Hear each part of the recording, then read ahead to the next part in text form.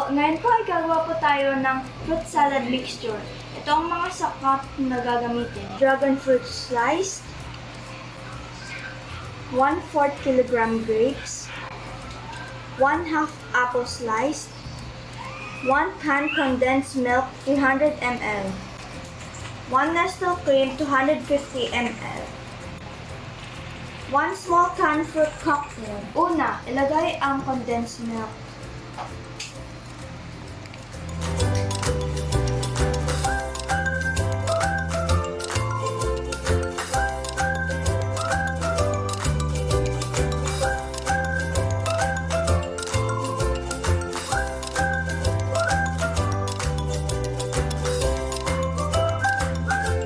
Sumunod ay ilagay ang all-purpose cream.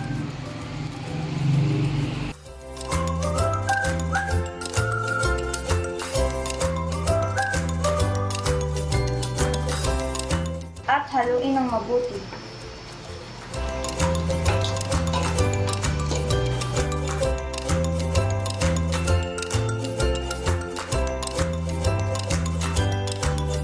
Ilagay ang dragon fruit.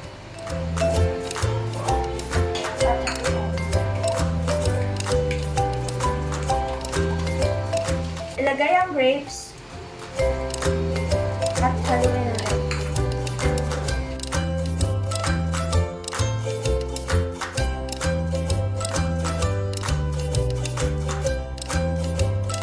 Sumunod naman ay ilagay ang apple at haluin ulit.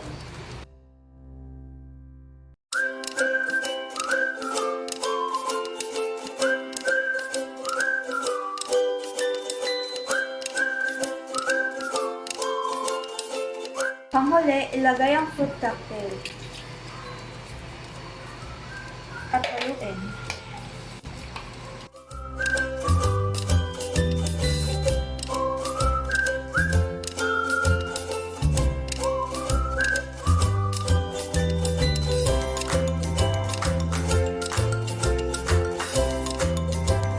Ito na po ang ating fruit salad mixture.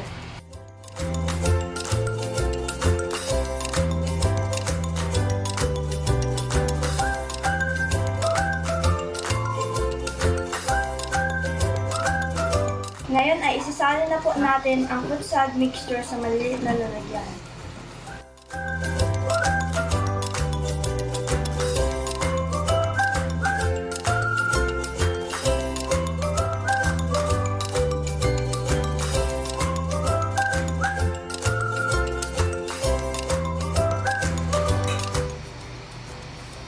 Ang fruit salad ay isang halimbawa ng heterogeneous mixture, dahil nakikita pa rin natin ang mga ingredients. Ngayon po ay papalamigin na po natin ang fruit salad sa ref.